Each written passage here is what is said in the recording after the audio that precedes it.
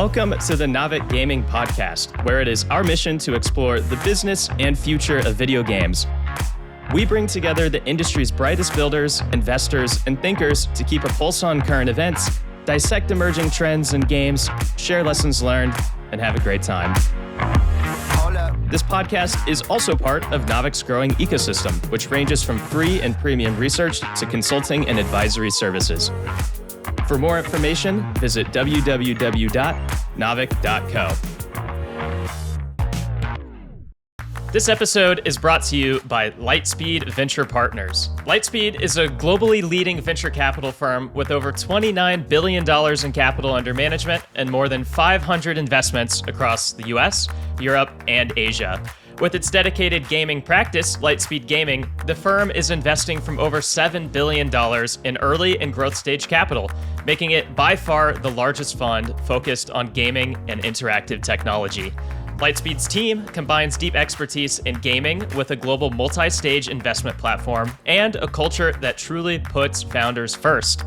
Selected investments include Epic Games, Snap, and Stability AI, as well as game designers and producers who led the creation of titles like Fortnite, Call of Duty, League of Legends, Valorant, StarCraft 2, and many more. For more information, simply go to gaming.lsvp.com or check out the details in the show notes. Protecting revenue from fraudsters is crucial, and that's where Insure AI, this episode's sponsor, comes in. Insure AI provides payment fraud prevention that's effective and tailored to your needs. The team's adaptive AI creates a dedicated model based on your data, focusing on behavioral patterns to catch even the most sophisticated fraud attempts. With decisions made in under half a second and up to 98% approval rates, Insure AI ensures more legitimate transactions get approved, delivering a seamless experience for players. Plus, with a chargeback guarantee, you can focus on growing your business while the risk is handled for you. Keep players in the game and turn payment fraud into a profit center with Insure AI. To learn more, simply head to insure.ai/gaming or check out the link in the show notes. Now, let's jump into the episode.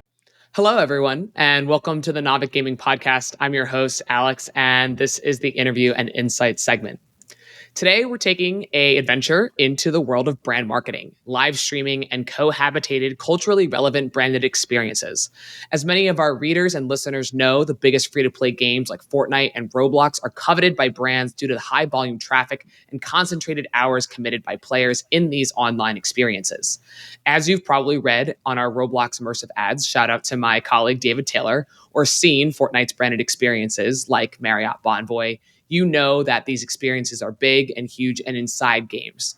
They're also laborious to produce, and honestly, some aren't perceived that well by players. It takes a unique approach to find a brand that fits the world of the game to the point that it doesn't feel disingenuous. And often these branded experiences pull players out of what they originally came to Roblox or Fortnite to do. And so my guest today will remind me there's a difference between active and passive engagement. And you don't have to be in the game to get your brand in front of gamers. You could be in a stream. And so today we're going to talk about putting brands into live streams on Twitch, YouTube, and Kick, and how brands can capitalize on parasocial relationships that are so predominant in today's online age. And so I'm very excited to welcome my guest today, Wiktoria Wójcik, calling in from Poland, to discuss today's topic. Wiktoria is the co-founder of InStreamly, a technology platform that works with over 160 brands and connects them to thousands of streamers to administer campaigns. They're currently operating in 15 countries and have run over 350 campaigns, I believe. I'm super excited to have her on today. Wiktoria, welcome to the show. Yeah, hello. Thank you for having me. Awesome. I'm super grateful for you to come today. I'm excited to deep dive into some of the case studies you've shared, highlighting your work with brands like Cheetos and Snickers and Sony and more. But before we dive in, I'd love to hear a little bit about your background. How did you come to found InStreamly? So I was a streamer myself before InStreamly. I started streaming because I couldn't get an internship and interview at any marketing agency I applied to. So I thought to myself, well, the best other thing I can do is go play video games and have people watch me do it. And I wasn't a popular streamer, but it opened my eyes to the potential that it like being a content creator and being in this space can bring. So I still pursued my dream of working in marketing. I also met my co-founders. The idea of InStreamly really came from a very, very simple thought of us working on different side of the collaboration between streamers and brands. So my co-founders were working on the agency or brand side. I was a streamer myself. And my co-founder thought to himself, well, this shouldn't be this hard. This is so hard and time consuming to do, to work with even one streamer, and we should automate it. And that was the whole idea. And because we had like a deep understanding of the market, if you go to our earliest decks, like we had 80 slides deck outlining the vision of how it will work, why it will work for certain groups.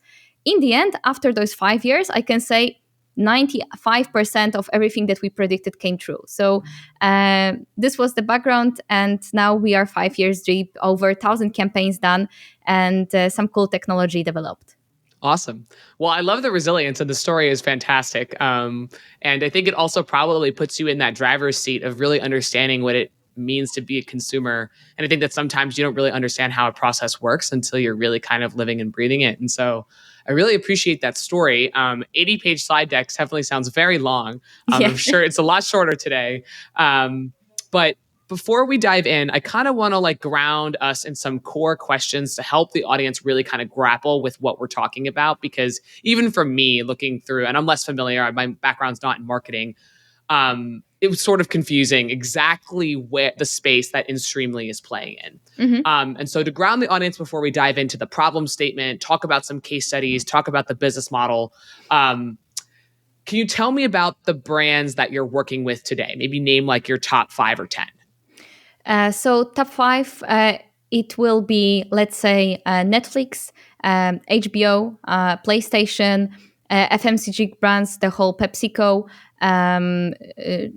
the Dr. Edgar, and the whole industry there, Xbox. So there's quite a lot of them. Probably if you name a brand, we worked with them or their competitor in some sense.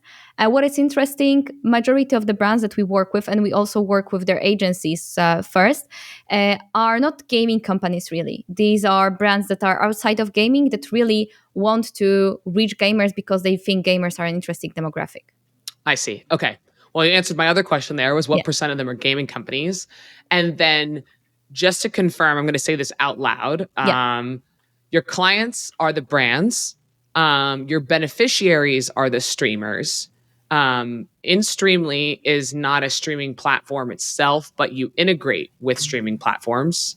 All this is correct so far. Yes. Okay.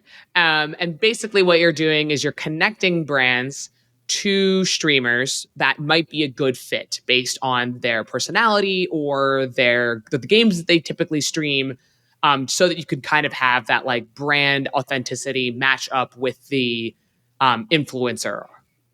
Is that right? So we do match the streamers themselves, but we also sit somewhere in the middle between influencer marketing and media. So it's less about the streamer, but more about the content, the context of the content, and who watches the content. And in the end, the streamers are beneficiaries. They take part in campaigns. And with our technology, we're able to make big interactive contextual campaigns on not only one streaming channel, but for example, 2,000 streaming channels at once. Got it. Okay. And yes, and I'm super excited to talk about like how that's all gets coordinated and how you execute it all.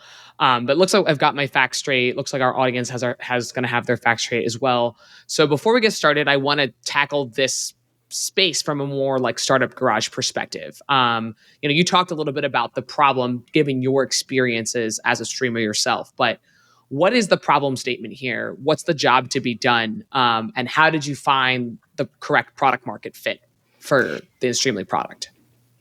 Yes, so the product market fit was quite easy in a sense that I'll start with that. We were working in an esports organization, contracting over 30 streamers and streaming players, and we had sponsors for this organization. In the end, the sponsors don't pay for just sponsoring an esports team.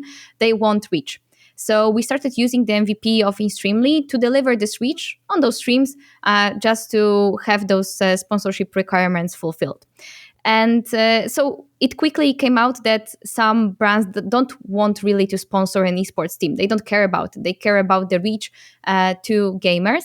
And we started seeing brands coming out to us saying, hey, we don't just want a campaign on streams. So before we even started the company, we had around $50,000 of revenue. And then we raised a round and it came through. And what was the first question? Yeah, so like sort of what is also the problem statement? Yeah, the problem statement. Yeah, the most important thing. So I'd say that on one side, maybe let's start with the streamer side because this one is easier. Streamers put a lot of time to have great communities, but to have a meaningful reach for a placement inside a stream, you have to have a couple of thousand viewers or a couple of hundred, but it's still gonna be not enough for a major brand to get interested to work with you because it's too much of a hassle. So in the end, even though 99.9% of streamers have less than 500 concurrent viewers, most of them and their communities are untapped, and thus they cannot earn money on that. So in the end, the top 0.01% were earning the most money from sponsorship, and they were the only ones getting those deals. And those other communities were untapped. On the other hand, for brands, there is this issue that, on one side in live streaming, you have mid-roll platform ads that are very targetable, very scalable, but they are blockable by ad blocks. And 66% of stream viewers use ad blocking software. And basically, mid-rolls are interrupting the live experience. If you are just waiting for the past 5 hours for your favorite streamer to beat a boss, and it's coming to this moment, you're seeing that he's about to make it, and bam, you get smashed with a mid-roll ad. Of course, you can rewind the stream, but it's not the same as being there live. And there's this on the other side, you can work with influencers directly, but once again, it's manual, it's unscalable, and for many years, it was also not very measurable. So there were not many ways to measure the impact of live streaming sponsorship, and also it was sometimes not impactful enough in the end, because you can get a streamer to showcase a brand, talk about a brand, but maybe for 5 minutes, once an hour. Twice an hour would be too much. And then all the work comes down to maybe those couple thousands of viewers watching at the same time. And those streamers can still be impactful as brand ambassadors. Like, I'm not saying that this is a bad way to do it, but many sponsorships looked like a logo just slapped on a stream and a CTA with a link on the chat, like a comment every 10 minutes, and that's all. So there was this gap. And we decided that we can fill this gap.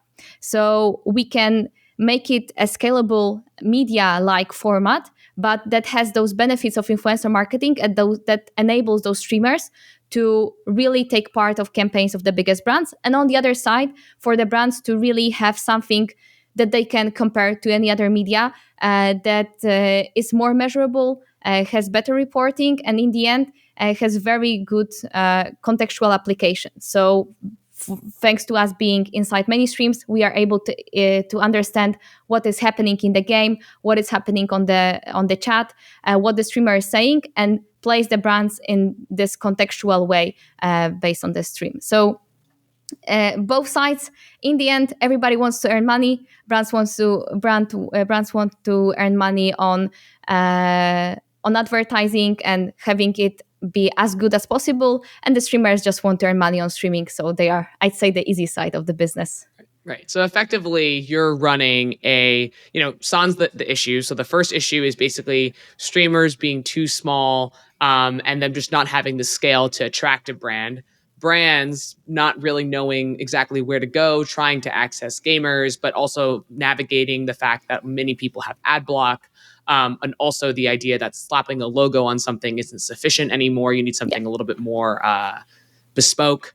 So you're running this kind of two-sided marketplace, matching streamers and their vibe to brands and their vibe. And this to you is basically contextual placement that effectively creates what you would call real-time marketing. Is that accurate? And I guess maybe could you define real-time marketing for me? I'd say it has some aspects of real time because it's dependent on the Okay. context. But wouldn't say that in the classic way of saying RTM, real time marketing, is usually reacting to, let's say, worldwide events. In the sense, we are more of a contextual advertising, Okay. contextual placements. Yeah. I see. Okay, makes sense. And one more quick thing. I think earlier, you've talked about this concept of a parasocial relationship. Could you also define what that is? Yeah, so it's the driver of everything why celebrities and influencers work. So parasocial relationship is when one side of the relationship thinks they know more about the other side, and the other side usually doesn't know that the first one exists. So, for example, people who follow celebrities and they read the interviews, they go through their social media, they see the paparazzi photos of them, and they try and they get to understand their lives. They Mm, feel like they know the other person, and on the other hand, you have the celebrity who doesn't know that the person exists. And a lot of live streaming is built on those parasocial relationships. Of course, it can be. It sounds like a very very bad thing, but we are as humans very prone to it, no matter if it's in gaming or in any other kind of media. But for sure, the interactivity and the community aspect of live streaming makes it even stronger. So, for example, watching a YouTuber, you are watching a very edited, compacted video, 10 minutes, maybe another 10 minutes, and that's it.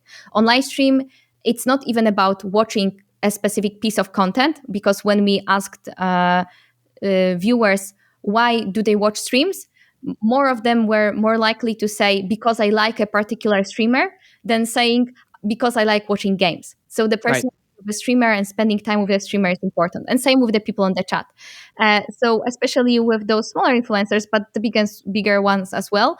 There is this persona of chat and the streamer saying, "Hey chat, what do you think? Hey chat, let's do this."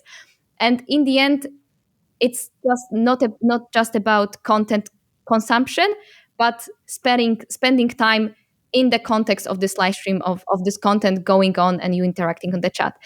So this is why this is such an interesting place for brands. On one hand, but on the other, it means that it translates to a lot of attention. On TikTok, you have 3 seconds to catch attention, and probably you have to keep your video up to a minute long because then people are gone. And an average live streaming session, like when a viewer watches a stream, it's around 95 minutes. 70% of viewers that we surveyed say that they watch at least 10 hours of streams weekly. So in the world when the attention is getting short and it's very hard to grab people's attention, be in the place where they are focused. Of course, they are more focused on games, but live streams in gaming are probably the second best. I see. Okay. Yeah, that really helps me kind of understand and grapple with what that means and the power of what a parasocial relationship is. And it's kind of like, being a fan of someone on a soccer team or Yeah. the king or whomever. All right. So you've talked about how a lot of your brands are not actually gaming brands. And so I would suppose that a lot of the traditional brands, like a Pepsi maybe, don't understand the gaming community and kind of makes them misfire at times. We've seen that genuinely happen when we see a brand do something in Roblox and you're like, oh, that's not working. And so it also probably can take some coaxing to get a big brand to try something new. So I'd love to hear a little bit about how you've recruited clients and how you educate them on how the gaming space actually works. So I'd say that fortunately, the time to explain to brands that gaming is big and important was in 2019. Right now, everybody wants to be in gaming. Basically, the Roblox and Fortnite explosion really proved that. Gaming is the biggest entertainment sector in the whole world. And I'd say right now, the question isn't about whether we should be in gaming or is gaming interesting for us, because in most of the brands and even in the ones that you would not expect, gaming is a touch point that they want to cover. But the next question comes, okay, how? can we do Right. that? How can we fit in? And those who had already done it, they know the how. The next question that comes is, okay, how can we make it better? How can we make it more measurable? How can we really get the results?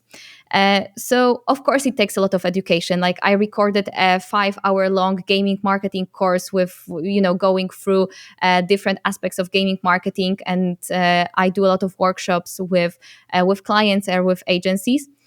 And in the end, it doesn't matter if it's gaming or if they understand gaming. They have to trust you as an expert. You have to show yourself as an expert, and you have to show them results.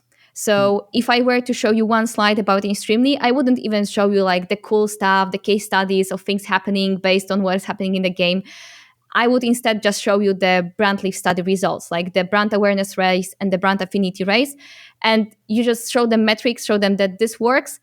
And the discussion is whether or not we want to go into it, and not about whether gaming is cool enough for us. Because in the end, everybody is a gamer. If you go to a random office and ask 50 people if they played a game in the past month, or if they have somebody at home who played games, 70% of people will raise their hand. So it's not like you have to be a gaming brand, you have to make a gaming pizza or gaming clothes to appeal to gamers. We are way past that for sure. So it makes it way easier for brands to also feel authentic in gaming. And a lot of explaining and education and just showing the results, and it works. Yeah. And a lot of hard work for that. So effectively, like, you don't have the top of the funnel problem anymore. Everybody wants to be in games. All brands have basically woken up to realizing that this is important. And now it's more about, okay, how do I tailor this strategy most effectively to you? And how do I show you that this specific platform has more results than, let's say, for example, I'm a brand and I want to go directly to a streamer. Right. And you're going to say, that's actually not a good idea because of XYZ. You should work with us. Or you should mix it. So you should use the big streamer as your brand ambassador, and then amplify this reach through us, for example. So it's more, it's not this or that. It's more, how can we fit into your strategy, into your needs? Okay. And I want to dive into some case studies of you guys doing exactly that. But I have one more question kind of on the value proposition before we move on. Yeah. One of the things that I found to be uniquely valuable was that you said that like 66% of Gen Z uses ad block. So traditional interstitial bands or banner ads aren't as effective because people aren't seeing them. And also, as you mentioned, it's somewhat unpleasant to get to the final raid and then be hit with a huge ad.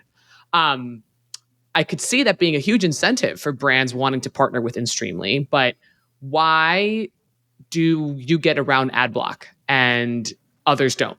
Yeah, that's a great question. Others also do. So those who work with influencers directly also do. But we, for sure, in comparison to mid-rolls, or to platform ads or on TikTok or anywhere else, we are inside the streamer's content. So the streamer chooses which brands they want to work with, which campaigns they want to participate in, and we are embedded inside the stream before it even hits the streaming platform. So this way, we are part of the visuals, and you cannot block it. This has some cons. So, for example, we target like television. So we target based on the channel, based on the game that is played, based on what we know the demographics of the streamer are. But because it's inside the content, we cannot make the content different for each viewer. But in the end, it's a similar case as influencer marketing. Yeah. Okay, right. So unlike traditional kind of media advertising, you're not using a mediation platform to do fill rates or anything like that to surface, tailored bespoke advertisements on a like Twitch placement ad. You guys are already you're already in the stream, so you're there pre-platform. Yeah. So we created the whole, technology in the backend to serve it inside the streams before it even hits the platform. And this way, it's also feels more real to the viewers. So the viewers see it as something, the streamer chose to have in their content, not something that it's slapped on somewhere. I see. Okay. All right. So with that, earlier in this episode, you told me it's not about the game. It's also about the context. Gaming brands don't need to be the only one in gaming streams. And so I'd like to dive into some case studies because I think these illustrate what InStreamly is doing the best. And there are a couple that I found noteworthy, 3 primarily. The first is Cheetos. The next was Danone. And and I'd also like to spend some time on some gaming companies after that. So let's start with the Cheetos case study. Can you summarize the campaign you ran with Cheetos, and what was the campaign's specific goal? Yeah, so this one is, I'd say, a non-standard one for us, because usually we react to something that happens on the stream. For example, what the streamer says or what happens in the game, and the brand appears with a certain messaging. But Cheetos wanted to go a little bit further. So not only they wanted not to interrupt the live streaming experience, but they wanted to enhance it. They wanted to make it more fun for the viewers to watch the stream, and also give them a reason to stay on the stream even if it gets a bit slower or the streamer is having a break. So we created a game, a Tamagotchi style custom game that lived inside the stream of the streamer, and viewers could interact with it via comments on the chat. So instead of reacting to the context of what people are saying, we are reacting to the exact comments that they were giving. We created a small cheetah-like character called Shepard, inspired by the brand hero of Cheetos. And viewers could together collectively take care of it, level it up, and then the brand hero appeared every once in a while, reminding them that they can also grab a snack with Cheetos. We had over 220 different streamers participating in a campaign, so we try to do things in a way that it doesn't live just on one stream for one day and that's it. We wanted the Cheetos to be a companion, something that really, becomes a part of the community and not just a part of one small stream, one small segment. So the Shepard lived on 220 different channels during a month, and viewers interacted with it over 51,000 times in accumulated 3 million views of the branded content. And we had streamers who had, let's say, an average 20 concurrent viewers, and also those who had 4,000 concurrent viewers, just to have Shepard and Cheetos be visible for a month across many, many different communities. I see. Okay. So you had multiple different types of sizing cohorts, big streamers, medium streamers, small streamers, doing this across 220 streamers, and not on a single day, but across a period of how many weeks? I think it was about a month. A month. Okay. I see.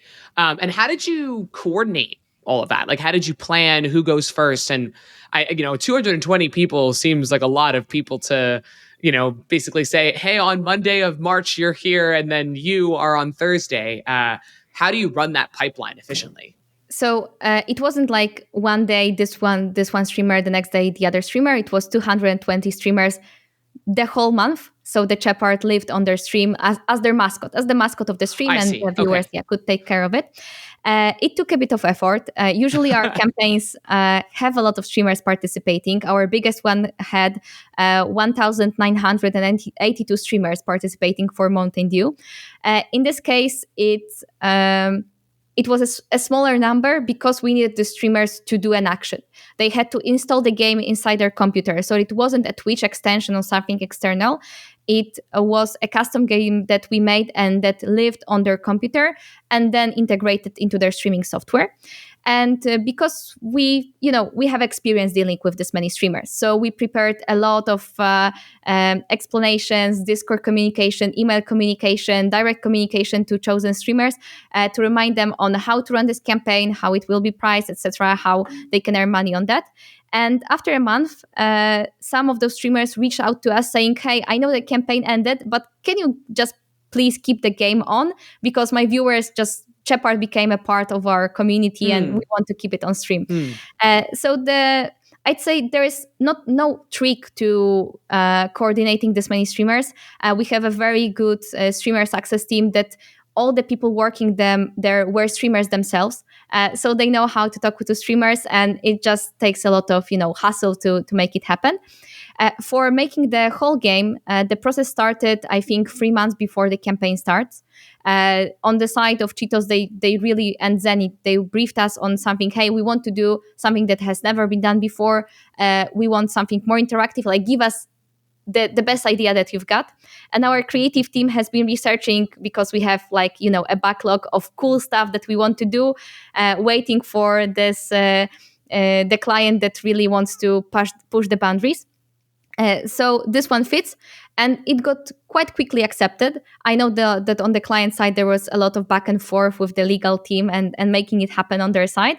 And then the development started. So for the 2 months, we were not only creating like the interactions, how should they go, the animations, but also like the leveling up, the capping, because if you have a streamer that has 4,000 viewers, how many messages can they send on the chat in a given time, and how often should the chatbot respond, etc. So a lot of technical problems, and then a small group of streamers, our helpers, community council, who tested the game, and then it was live for a month. Okay.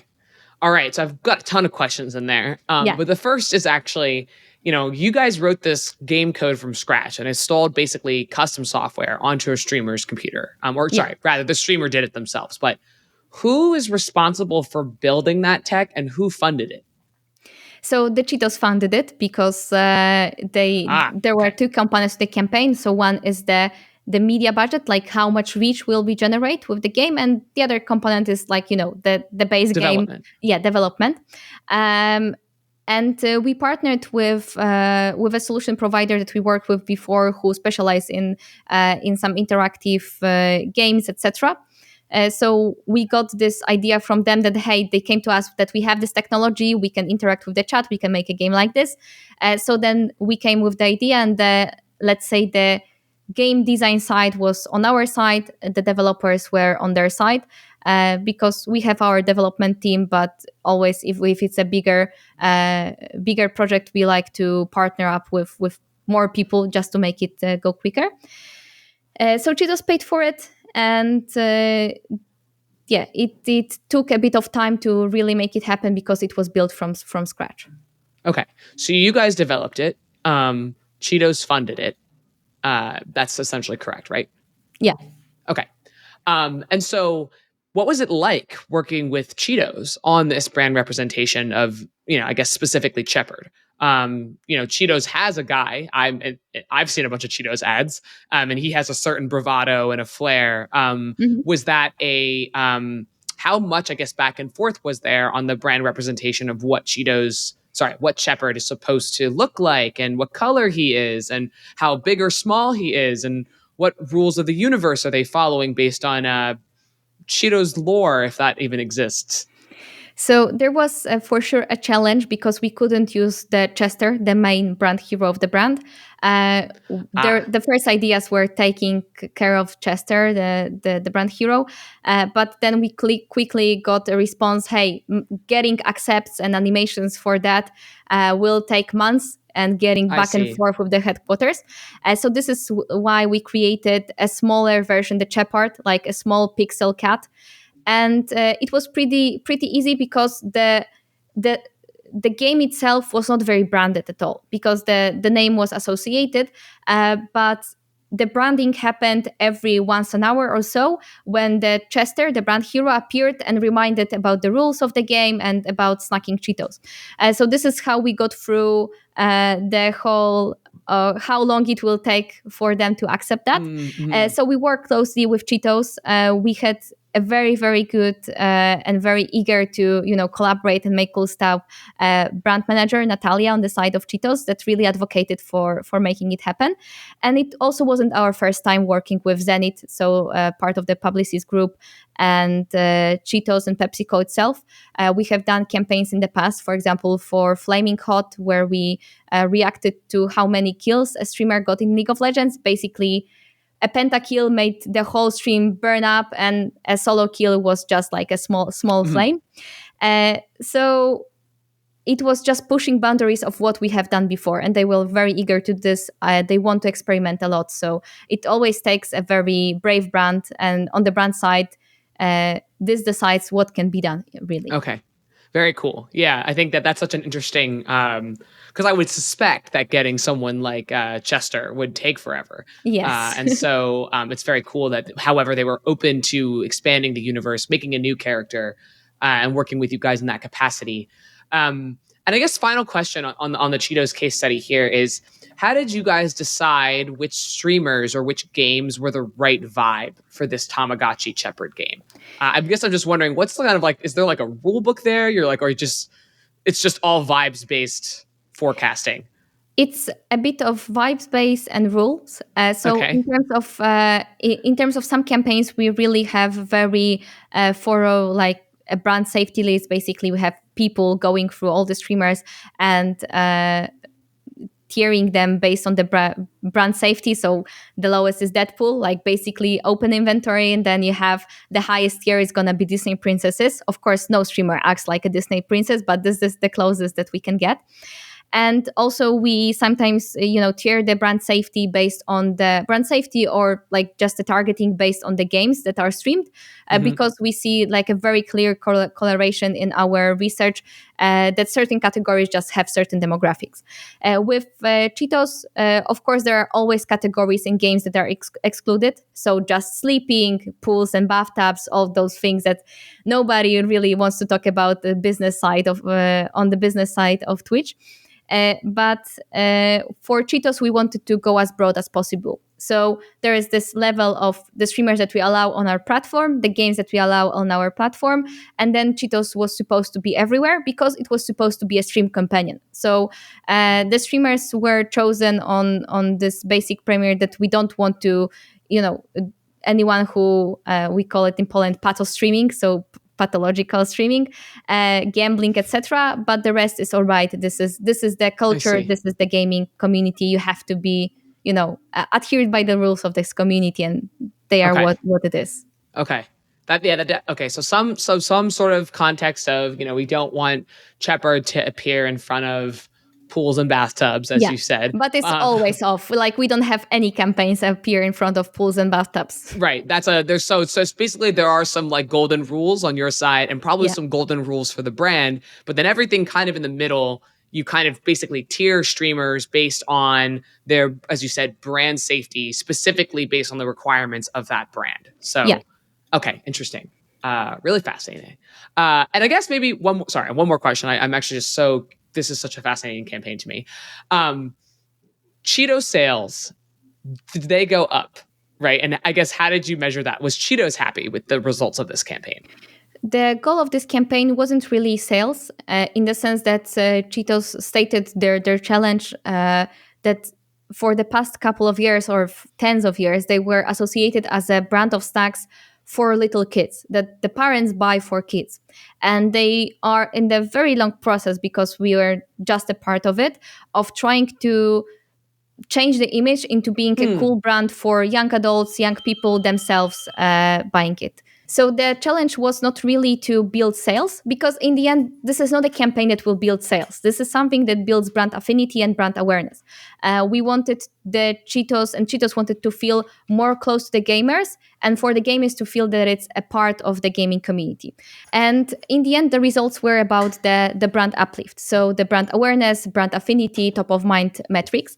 And we measured it before the campaign, after the campaign, and also with a control group of streamers and the viewers who were not seeing the campaign. They were not participating in the Shepard campaign. And we had the brand recognition, brand awareness rose by 6 percentage points. 6 percentage points also as a top of mind brand, and 11 percentage points when it comes to brand affinity. So we asked the viewers which brands do you perceive as supporter of streamers and the gaming community? And this metric always raises the most, so 11 percentage points in this case, and our average in campaigns is between 13 to 14 percentage points. I see. Okay. So basically the objective is a little bit more nuanced, right? It's about brand recognition, about shifting a demo, recalibrating the image of Cheetos rather than everybody bought more Cheeto snacks. Yeah, it's not that simple usually. And this is why we work with the biggest brands, because we are, in the end, a brand awareness, brand building tool. And it, of course, leads to sales. Like we have high CTRs from 1% up to 3.5%, depending on the campaign. But in the end, we excel in building this brand awareness, like making the brand visible to those people. Okay, I see. All right. Well, the next case study I found interesting was for a similar CPG product, Danone. And I thought this was particularly unique, given there was a specific gameplay reaction mechanism that was built for this.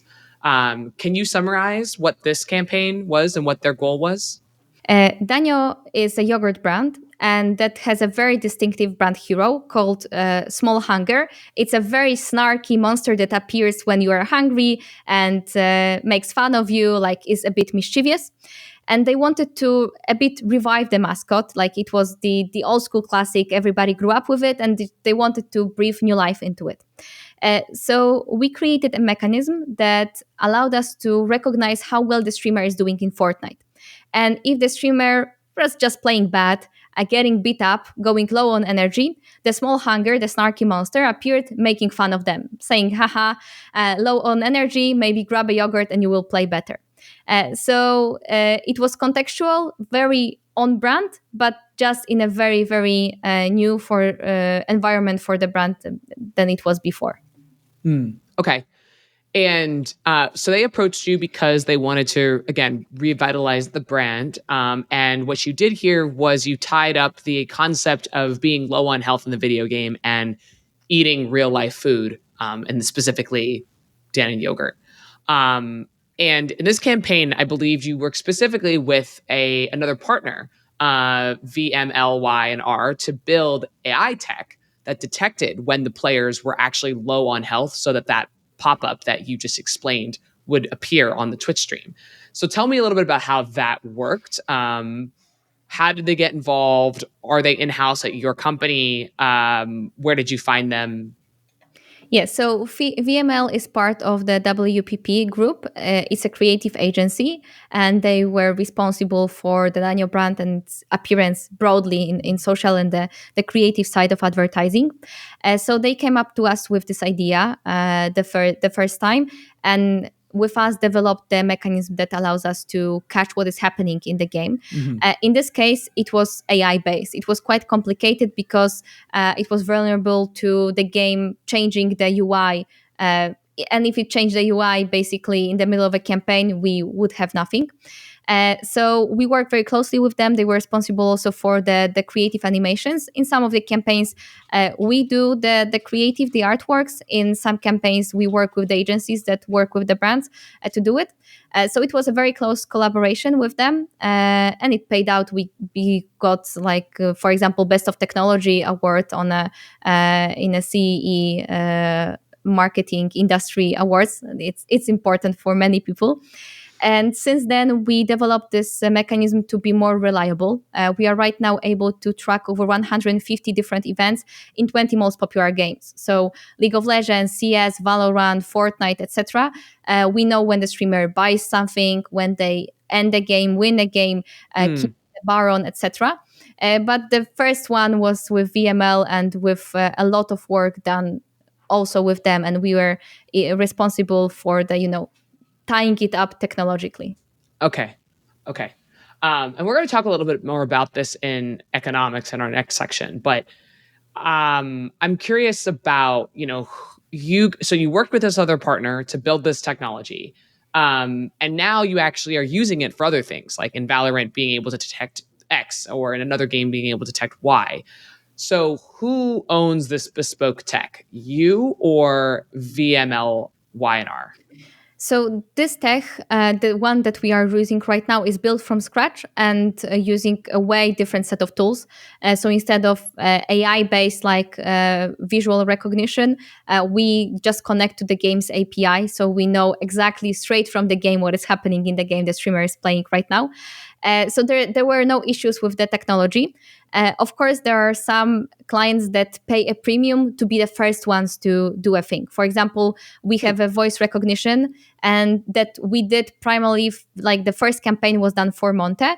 And we then recognized when the streamer said, oh, it's time for a snack, time for a break. And Monte, with their Monte snack product, appeared with their messaging.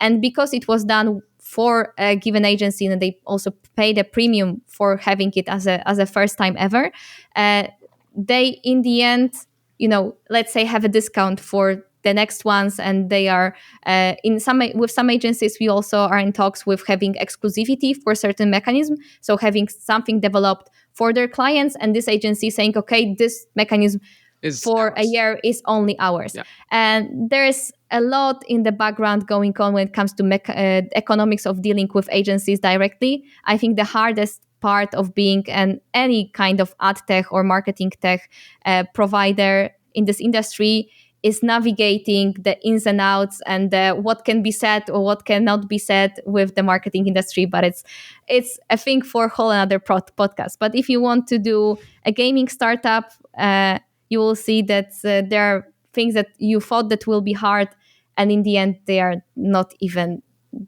there for you to worry about. Okay. All right. So it seems that there's a variety of relationships on the contract side that are strung up for the kind of underlying marketing tech that was built here. But specifically going back to the Danone example, are you guys allowed to use the VMLY and R tech again? Or is that one of those situations where you had to go rebuild it yourself because VMLY and R owned that one and then InStreamly wants to own a different type? So with this visual recognition, I don't really remember what are the agreements there. Probably if we were to use it again, we would have to do it from scratch anyway. I see. Because the visual recognition, you have to feed it with data, etc. We probably would know how to do it better right now. Also because the models got better. It was 3 years ago. So, the advancement we did in visual recognition and AI way further, but we don't have a need. Like we are able to have something more reliable that we build ourselves with the gameplay recognition. I see. Okay, makes sense. All right. And finally, before we go to talking a little bit more about economics, I want to talk about some campaigns that you ran with gaming companies. Both of these examples that we've talked about just recently, Cheetos and Danone, are CPG products. And so I want to know a little bit about what you might be doing with gaming companies, as those clients also might be those that are interested in advertising specifically on a streaming platform like Twitch or YouTube. Yeah, so we work quite a lot with gaming companies, probably less than FMCG companies, also because FMCG companies promote a lot and during the whole year. And with a gaming premiere, you basically do a premiere once in a while, and that's it. But we work quite a lot with PlayStation, Xbox, CD Projekt. And for example, with PlayStation, they work with us on a quite simple campaigns. So it usually doesn't involve much contextuality or even some kind of things changing on the artwork, because we can also do artwork that is changing based on the time of the day and like have different things happening. They usually want to amplify the reach of the visual materials that are already created and make them visible in those streams. So we recently ran a campaign promoting the Sony PlayStation State of Play, and it had over 1,800 streamers participating. And it was just a pure brand awareness reach campaign. But for example, for Assassin's Creed, we have created really, like, they were one of the first using this kind of mechanism called gaming product placement. So because we know what game the streamer is playing, we can also task the streamer to play a certain game and then pay them on how much awareness, how much views they generated within playing this game. So flipping it, not reacting to what streamer plays, but instead, let's say, forcing them to play a certain game. And we call it a Let's Play campaign, where we basically distribute video game codes to certain streamers. The list is usually quite narrow, and they are to fulfill a certain numbers of hours watched. So the time times how many people were watching on the stream, and then it fulfills how much really the viewership they generated. We work like this with, for example, Farm Simulator, with Assassin's Creed, with Broken Ranks, and this is something that we are exploring even more, for example, for promoting custom Fortnite map. Because if you have a brand that does a Fortnite map, that is just the content, and then you need to distribute it and make like people aware that it's there. And we could have hundreds of streamers having to play a certain map in Fortnite and getting paid only if they pay this map and only for the time they spent playing and the viewership that they generated. So this is really cool. Also, we work quite a bit with Xbox, also because they do not only promote certain games, but they promote the Game Pass, and it's very interesting to see the different approaches that they do to gaming. And for example, we also work with Cyberpunk, where we had a countdown mechanism. So for the premiere of Phantom Liberty, we had an artwork that dynamically changed based on the time, the date, with the countdown to the premiere of the DLC. Okay. All right. Well, that's definitely a lot of really good gaming examples across gaming companies as well as the games themselves, like Assassin's Creed and Cyberpunk. Okay. So in the last 10 to 20 minutes of our episode today, I want to talk a little bit about where does all the money go, and I'm going to talk about 5 parties. You, InStreamly, the brands, the streamers, the platforms, and actually the games themselves. And so my first question is, how does this economic model work for the streamers? How do they get paid in this? So they get paid for the awareness, the reach that they generate. So it's based by the number of generated views of the branded content. When the brand appears in the stream, we measure how many people were watching the stream and how many people also clicked on the CTA and the link in the chat. And then the streamers get paid just for the views that they generate. So it's very simple for them. They can quite easily predict how much can they earn. And with those Let's Play campaigns, they are instead paid of hours watched. We also have, some incentive like a level up program that basically if the streamer performs well in the campaign, behaves well, etc., they get better rates. But on the streamer side, it's quite simple. And for some, they will earn, let's say, $30 per month or even less. But it adds up to having to buying a new microphone in a couple of months. But for some, we are a substantial part of their income. Our biggest payout, I think, last year was around $40,000 or something for a streamer within the whole year of earnings. So there's quite a bit. Okay, so there's basically some sort of rate that they get paid for, CTAs on a specific brand, and you pay them, not the brand. Okay. Yeah. So we are the brand pays us and then we pay the streamers. And of course we take a margin out of that. Of course. But the brand doesn't have to, handle any streamer communication, anything, because that's what it's about.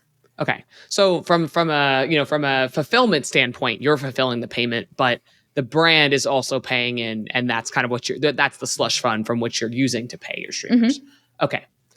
So maybe let's skip forward to the brand side. I bet the brand model is a little bit simpler, but how do you price this for brands? And what are the key KPIs that you're looking for and that are going to be conducive to measuring ROI or kind of, I guess, CPI or cost per action, whichever term you want to use? Yeah, so we get priced by CPV the same way the streamers get paid for the number of views that they deliver. The brands also pay us for the number of views that we deliver.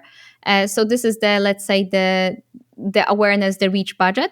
Then there is also, let's say, if we do the mechanisms like the gameplay recognition, the voice recognition, or something custom, there's gonna be a flat fee on top based on like which kind of technology are we using. And if the brand wants to work with us, that we are responsible for the whole idea, campaign idea, and the visuals for it, we have a creative team that basically helps with doing that. And we also get paid for this work. So from the brand's perspective, we are very convenient in a sense that you are dealing just with us. We deal with all the streamers. And in the end, you get something that's like a very detailed report. Like we have a ton of metrics that we report to the brands. For example, which categories performed when it comes to clicks, when it comes to views, when it comes to engagement, which streamers, etc., which kind of artworks, because we can do A/B tests. But in the end, they can put it in the Excel and compare it to any other format that they are using. And it makes it way easier, especially since, gaming is right now in the let's check it and let's see if it really yields results. And it's not just, okay, we do gaming because it's fun. And there's also agencies. Usually when I talk brands, it means agencies that work for those brands and they deal with us to, fulfill those budgets. Yeah, all right. There's a multi-queue process here. It's Yeah. no one's ever really talking to the end-to-end point of contact. It's the brands with agencies, you then streamers, Yeah. and also probably you and even technology platforms, and then streamers. And so it's quite the funnel. I guess actually, this is a little bit deviating from specifically the economic models, but I would presume that you could potentially give an agency a report that says, "Hey, such and such streamer is very, very, very good." Have you ever had it that brand and that agency then tries to basically go around and build a direct relationship and sort of cut InStreamly out of that process? We didn't have issues like that. We usually encourage it. So when a brand says, okay, we want to enter gaming, but we don't really know which category, which streamers, we would like to have a brand ambassador, like a streamer brand ambassador in the future, but we don't know who. We usually propose, hey, do a very broad campaign with also different messaging.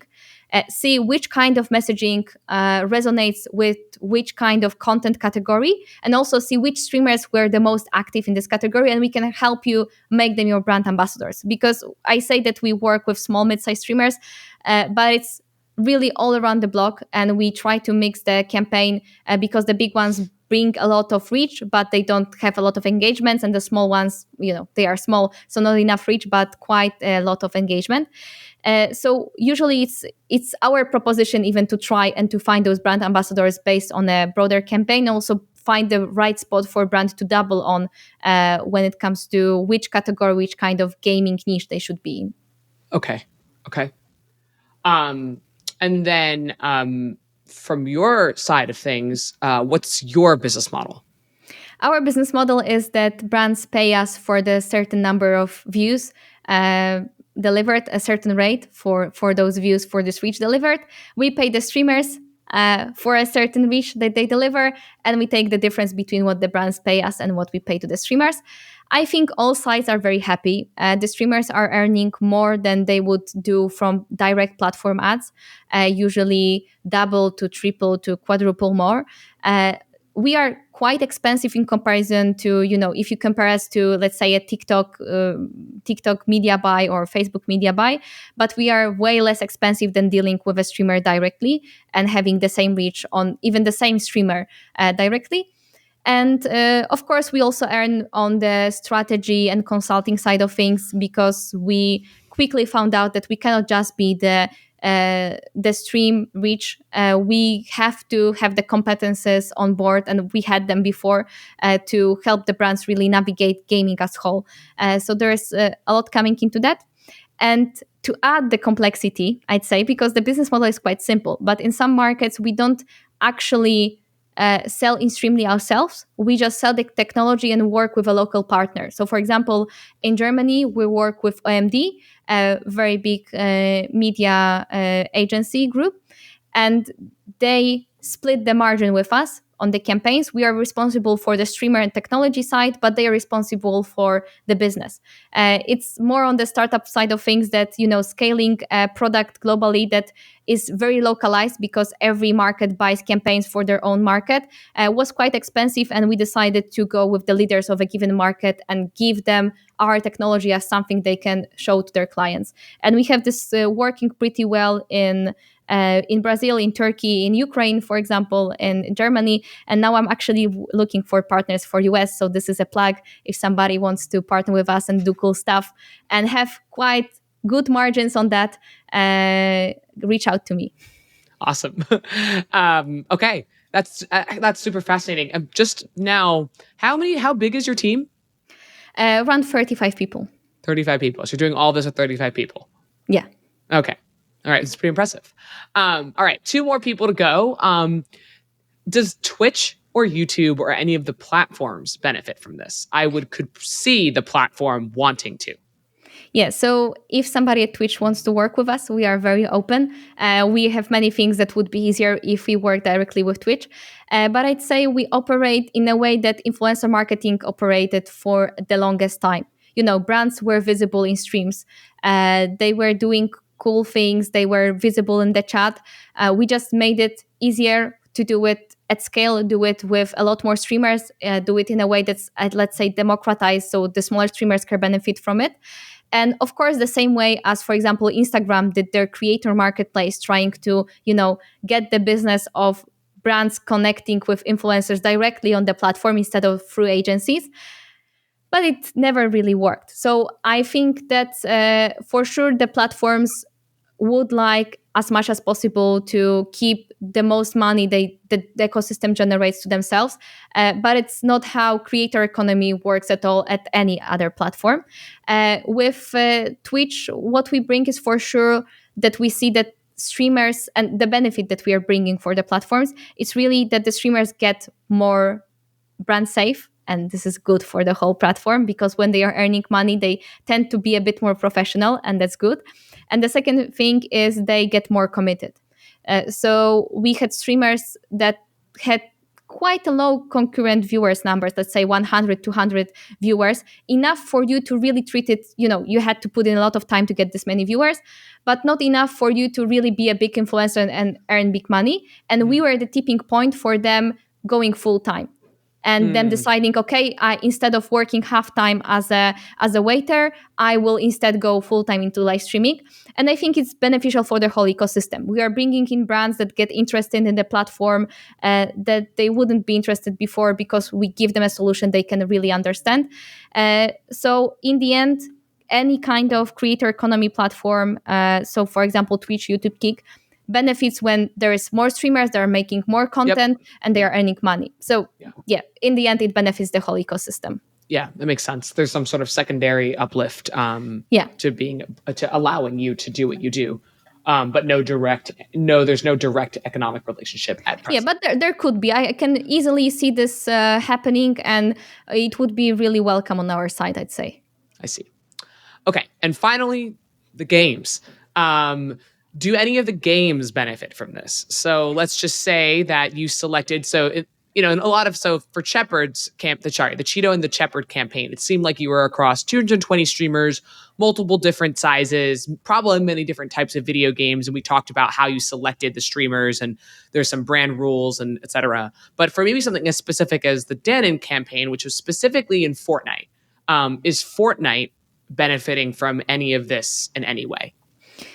So directly not.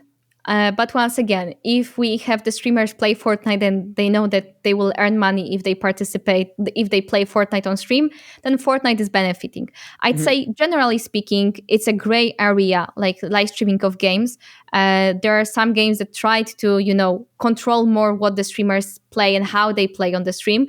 But in the end, I think the industry consensus is that the games are happy that the streamers are playing them. And we always try to not interfere with like the IP of the game. Like we don't use the fonts, the visuals, the game name, etc. in the campaign. It's just the context, and we are reacting to the actions of the streamer, not really the actions of the game per se. So we never had a legal issue with that. I'd say it's welcome for games to be a relevant cultural context for the brands. But what will the future bring? Will the industry try to control it a bit more? I doubt it, but it's not impossible. Okay. Yeah, I asked that question more specifically based on some of the experiences that I had at Activision with Call of Duty. So where we tried to reclaim that and it didn't work. So. Yeah, it didn't work. So here we are. But okay. So I think I've got a very good picture about the economic model here, and I kind of want to move to our conclusion. So I have two questions. The first is, do you see a world where a platform like InStreamly actually just becomes the streaming platform yourselves versus an exchange, which is kind of how you're operating right now? I'd say no, because what we want to diverse into is not really doubling down on live streaming, but doubling down on, okay, we have a lot of streamers, over 150,000 on our platforms. How can we use what they do on other platforms apart from live streaming to also offer something new to the brands? Like, we are marketing industry people. We are I was a streamer, but we never had an experience building, let's say, a social media platform. And what we are good at is finding ideas to how to make gaming marketing better. And this is how we are expanding. So, for example, we do whole 360 campaigns where InStreamly, where a Fortnite map, where influencers like coordinating the whole idea, strategy, and then the execution of a campaign. And we want to create, let's say, an integrated media/marketing platform with different gaming touch points then connects to gamers in depending on the brief, on the needs of the brand. But I'd say this is a very, very broad vision. The one that also is dependent on how the business goes. We usually go with the flow. But globally, what we are going for right now is expanding InStreamly itself. So the company offering different media touch points in gaming is good, but it's not your own proprietary technology in the end. You are using somebody else's solution. And we know that the ceiling is still quite high for InStreamly as a solution. And what we are focusing on right now is working with partners, finding those partners in given markets and growing the business there, and having what we've built that we know that works, has good case studies, now expanding especially to US. So the next big thing for InStreamly is US. The big vision, we are a startup. I'd say we have at least 3 big vision changes in the past 5 years. They still all align to some kind of general idea that can be summarized in the same way as I told you. But the way we were talking about it, ask me in 5 years, we'll see how it goes. Okay, sounds good. Well, actually, that was my final question about what big things are coming up for InStreamly, and so you've already kind of beat me to the punch. But we're unfortunately up on time, and Wiktoria wanted to say thank you so much for coming on. This space is incredibly fascinating, and seemingly has the right level of complication and nuance that I think probably makes it really, really fun. So thank you so much for educating myself and the audience on this space. It's really exciting, and thank you for coming on air today to share a little bit about your journey. Yeah, thank you for having me. And if anyone is listening and has more questions than answers right now, no worries. You can reach out to me and I'll answer even more questions.